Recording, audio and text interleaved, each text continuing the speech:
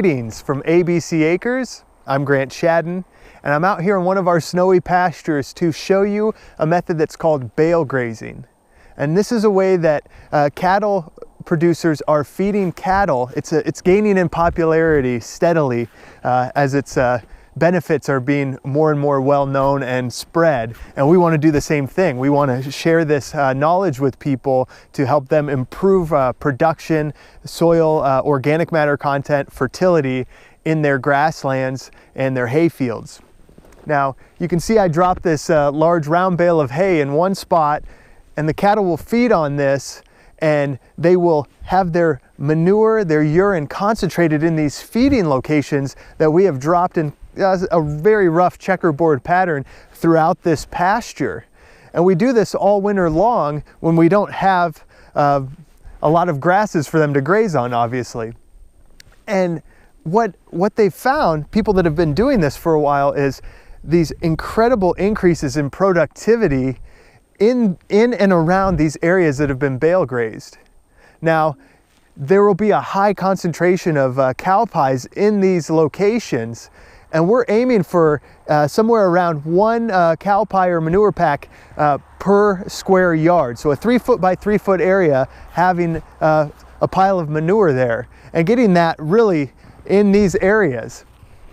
And then what happens is this, what would be labeled a lot of times waste hay, and for most cattle producers that's a big no-no, because money in versus money out.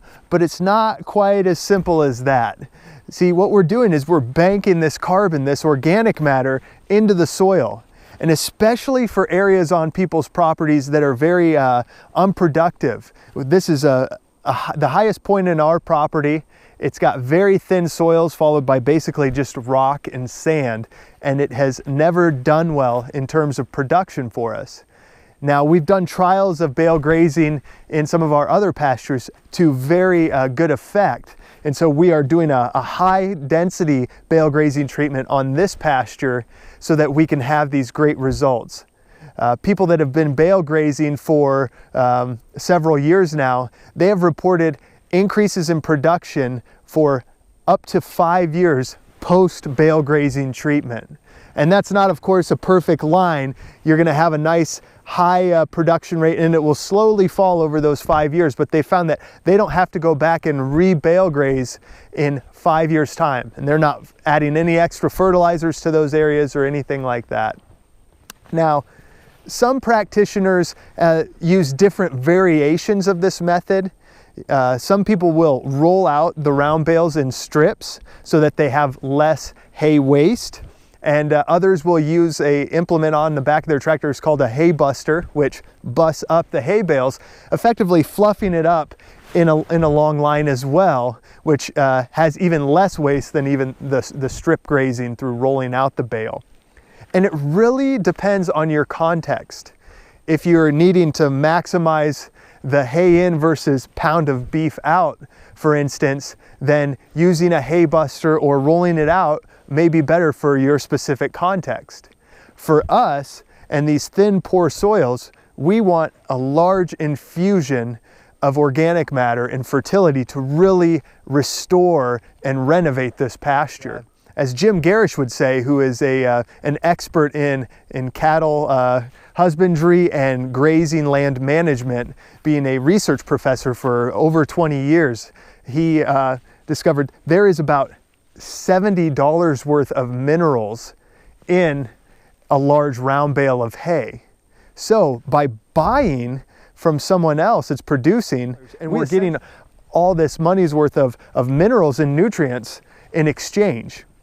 Now, about 80% of what goes into a cow's mouth comes out the back end. So certainly some of those minerals and nutrients are being assimilated into the cow itself to build its muscle tissues, its bones, everything that makes the cow.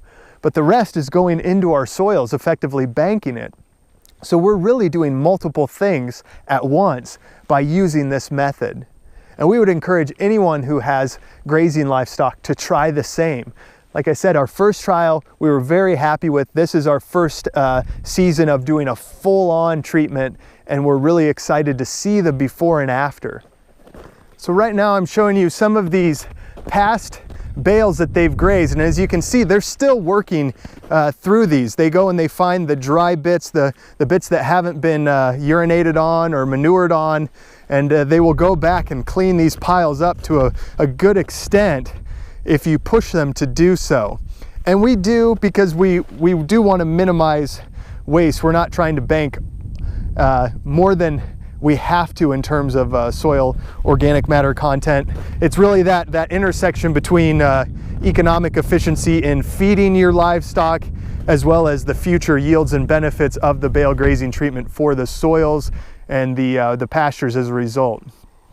But you can see good manure concentration in these areas that have been bale grazed, and then also in between the lines of where they've walked in between them. So we have been getting good results so far.